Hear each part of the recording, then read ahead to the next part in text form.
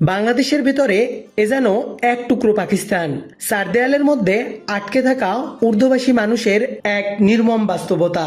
মাথা গোঁজার সামান্য ঠাঁইটুকু পেতে এখানে প্রতিনিয়ত চলে বেঁচে থাকার সংগ্রাম। অন্যদিকে বছরের পর বছর ধরে এই এলাকাকে ঘিরে রয়েছে অন্ধকার জগতের নানা অভিযোগ। তবে অন্ধকারের আড়ালেও লুকিয়ে আছে হাজারো সাধারণ মানুষের প্রতিদিনের সংগ্রাম, অপূর্ণ স্বপ্ন আর বেঁচে থাকার গল্প। আজকের ভিডিওতে আমরা জানব এই উর্দুভাষী মানুষের ইতিহাস, তাদের সংগ্রামী জীবন এবং ভবিষ্যতের কথা। রাজধানী ঢাকার বুকে এ যেন এক ভিন্ন জগৎ।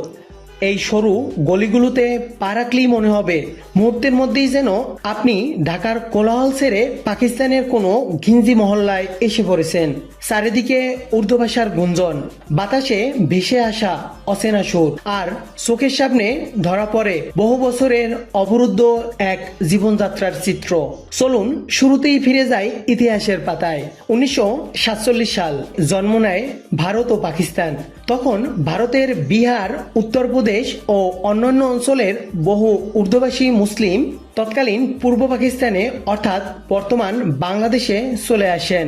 এখানে এসে তারা ধীরে ধীরে একটি স্বতন্ত্র উর্দুভাষী সম্প্রদায় হিসেবে প্রতিষ্ঠিত হন। কিন্তু 1971 সালে বাংলাদেশের মুক্তিযুদ্ধ শুরু হলে পরিস্থিতি সম্পূর্ণ বদলে যায়। উর্দুভাষী এই সম্প্রদায়ের একটি অংশ পাকিস্তানের পক্ষে অবস্থান নেন।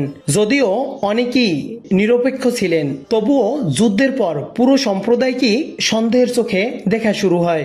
বাংলাদেশ স্বাধীন হওয়ার পর অনেক বিহারি নিজেদেরকে পাকিস্তানের নাগরিক বলে দাবি করে পাকিস্তানে চলে যেতে চান। প্রথম দিকে পাকিস্তান সরকার কিছু মানুষকে পুনর্বাসন করলেও পরে রাজনৈতিক, অর্থনৈতিক ও প্রশাসনিক নানা কারণে সেই কার্যক্রম অনেকটাই বন্ধ হয়ে যায়। ফলে লক্ষাধিক মানুষ বাংলাদেশেই থেকে যান, আর তখন থেকেই তারা পরিচিত হয়ে ওঠেন আটকে পড়া পাকিস্তানি নামে। এখন চলুন দেখে নেওয়া যাক কিভাবে দিন কাটাচ্ছে এই আটকে পড়া পাকিস্তানিরা। ঢাকার মোহাম্মদপুরের জেনেভা ক্যাম্প। সবচেয়ে বেশি পাকিস্তানি বিহারি বসবাস করেন এই ক্যাম্পে। এখানে অনেক পরিবারই মানবতার জীবনযাপন করে। এমনও অনেক ঘর রয়েছে যেখানে মাত্র একটি ছোট্ট কক্ষে 8 থেকে 10 জন মানুষের বসবাস। দিন গেছে, বছর পেরিয়েছে, পরিবারের সদস্য বেড়েছে, নতুন প্রাণের আগমন ঘটেছে, কিন্তু এই জরাজীর্ণ 4 দেয়ালের পরিধি 1 ইঞ্চিও বাড়েনি। মাত্র 8 ফুট বাই 8 ফুটের একটি ছোট্ট কামরার এক পাশে শোয়ার ব্যবস্থা, অন্য পাশে রান্না বান্না। এই কঠিন বাস্তবতার মধ্যেই তারা প্রতিনিয়ত নিজেদেরকে মানিয়ে নেওয়ার চেষ্টা করে যাচ্ছেন। সীমিত আলো বাতাস, শেয়ার করা টয়লেট, বিশুদ্ধ পানির সংকট এবং অস্বাস্থ্যকর পরিবেশ, এসবই এখানকার নিত্যদিনের বাস্তবতা। এই ক্যাম্পের বেশিরভাগ মানুষের জীবিকা জড়িয়ে আছে নরসুন্দর, কসাই, মাছ কাটা, দর্জি কিংবা ছোটখাটো ব্যবসার সঙ্গে। প্রতিদিন ভোরে জীবিকার সন্ধানে তারা ক্যাম্প থেকে বেরিয়ে পড়েন। সারাদিন পরিশ্রমের পর সন্ধ্যায় আবার ফিরে আসেন এই ছোট্ট ঘরেই। ক্যাম্পের ভিতরে সরু রাস্তাগুলো এক একটি যেন গোলকধাঁধা, এতটাই সংকীর্ণ যে একসঙ্গে দুজন মানুষের হাঁটাও কষ্টকর। বছরের পর বছর ধরে অনেক রাস্তার কোনো সংস্কারই হয়নি। সামান্য বৃষ্টি হলেই ড্রেনের ময়লা আর নর্দমার পানি উপচে পড়ে, তলিয়ে যায় পুরো রাস্তা। তবে বর্তমানে কিছুটা আশার আলো দেখা যাচ্ছে। নতুন প্রজন্মকে শিক্ষার আলোয় এগিয়ে নিতে এখানে গড়ে উঠেছে একটি স্কুল, যেখানে 8ম শ্রেণী পর্যন্ত পাঠদান করা হয়। একসময় এখানে উর্দু পাঠ্যক্রমে পড়াশোনা হলেও এখন বাংলা ও ইংরেজি সমান গুরুত্ব পাচ্ছে। এই ক্যাম্পের গণ্ডি পেরিয়ে কেউ কেউ আবার বুক ভরা স্বপ্ন নিয়ে বাহিরে যায় উচ্চশিক্ষার জন্য, যদিও তাদের পরিমাণ খুবই সামান্য।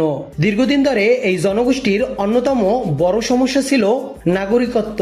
বাংলাদেশে জন্মগ্রহণ করে অনেক তরুণ ভোটার হতে পারতেন না, জাতীয় পরিচয়পত্রও পেতেন না, এমনকি বিভিন্ন সরকারি চাকরির সুযোগ থেকেও বঞ্চিত থাকতেন। কিন্তু পরিস্থিতি বদলাতে শুরু করে আদালতের একটি ঐতিহাসিক রায়ের মাধ্যমে। 2008 সাল বাংলাদেশের উচ্চ আদালত রায় দেন বাংলাদেশে জন্ম নেয়া বিহারিরা বাংলাদেশের নাগরিক হিসেবে স্বীকৃত পাবেন।